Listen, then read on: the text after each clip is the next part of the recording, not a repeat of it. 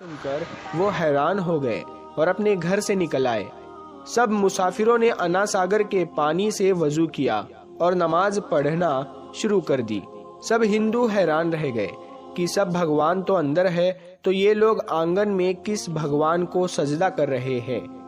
जब शाम हुई तो राजा के ऊंट, जो दिन में चरने के लिए गए हुए थे, अपने चरवाहों के साथ वापस आने लगे।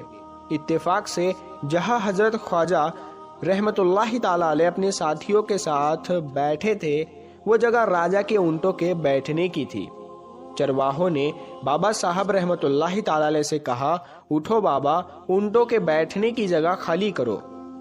आप रहमतुल्लाहि ताला अलैह ने फरमाया, इतना मैदान पड़ा है, ऊंट तो कहीं पर भी बैठ सकते हैं, क्यों मुसाफिरों को तंग करते हो।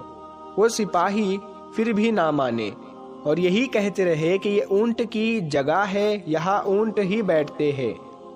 आखिर उन सिपाहियों ने बहुत बदतमीजी से कहा, ये राजा के ऊंटों के बैठने की जगह है और इधर राजा के ऊंट ही बैठेंगे, तुम लोग कहीं और डेरा लगाओ। आखिरकार आप रहमतुल्लाहि ताला अलैह ने उठते हुए हजरत कुतुबुद्दीन बख्तियार काकी से फरमाया, उठो कुतुबुद्दीन, ये कह रहे हैं कि ऊंटों के बैठने की जगह है, तो चलो ऊंट ही बैठे रहे। ये कहकर आप रहमतुल्लाहि ताला अलैह अपने साथियों समेत वहां से उठ गए।